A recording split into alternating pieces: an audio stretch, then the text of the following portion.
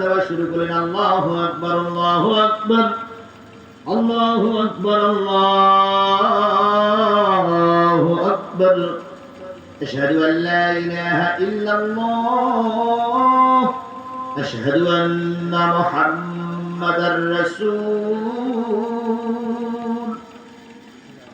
না, রাসূল বলে থেমে গেছে। নবীজি বলেন, বেলাল কি হলো? আযান থেমে গেল কেন? ইয়া রাসূলুল্লাহ, বেলাল যখন আশহাদু আন্না মুহাম্মাদ রাসূলুল্লাহ বলেন তখন নবীজি তাকাইতেন আর হাত দিয়ে ইশারা করে দেখাতেন, এই হলো নবী। তাই বলে, বেলাল কি হলো? ইয়া রাসূলুল্লাহ, এক লোক কাবা ছাদের পরে ভূত হয়ে শুয়ে আছে। নবীজি বলেন, আযান বন্ধ করলি কেন?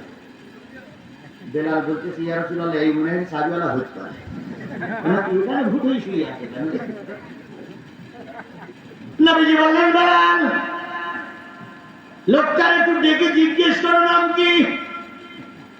হযরত বেলাল আযান বন্ধ করে দিলেন, পা ধরে নাড়া দেয়, ও ভাই, ও ভাই, ও ভাই, ও আমলিক ভাই। কিন্তু সমস্ত শরীর নড়ে, আমলিক নড়ে না।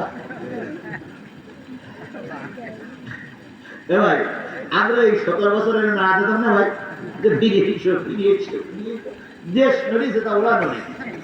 আর কি কায়দায় বলতেন, আমরা পালাই না, আমরা পালাবো না, আমরা পালানো বাধ্য।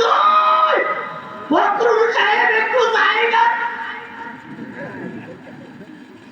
সেই সময় যদি ওদের ঘুম ভাঙতো গান্ডারের বাচ্চারা, তাহলে গোষ্ঠী শুদ্ধ পালাই দেওয়া লাগবে না। আচ্ছা বলুন তো, খালেদা জিয়া ক্ষমতাচ্যুত হয়েছিল, বিএনপির কোন লোককে পালাই দিল? জামাত ইসলামের শীর্ষ নেতাদের ফাঁসি হলো, শিবিরদের মেরে পঙ্গু করে ফেললো, জামাত শিবিরকে ময়দান থেকে পালাই গিয়েছিল? জাতীয় পার্টি আমরা কলঙ্কিত মায়ের কলঙ্কিত সন্তান বলে মনে করি, কারণ জাতীয় বেঈমান হলো জাতীয় পার্টি। এই জাতীয় বেঈমান যদি শেখ হাসিনা সাপোর্টটা করতো, একটা পিরাবো, শেখ হাসিনা ক্ষমতায় টিকে থাকতে পারতো না। এর সাথে ক্ষমতাচ্যুত হওয়ার পরে জাতীয় পার্টি পালাই গিয়েছিল। আর এরা এত জনপ্রিয় পার্টি দিয়ে ভাই, বড় হুজুর চলে যাওয়ার পরে, হযরত শেখ হাসিনা রহমাতুল্লাহ আলাইহি চলে যাওয়ার পরে ওর ওয়ার্ডের সভাপতি পর্যন্ত পালাই গেছে। এরা কয় নম্বর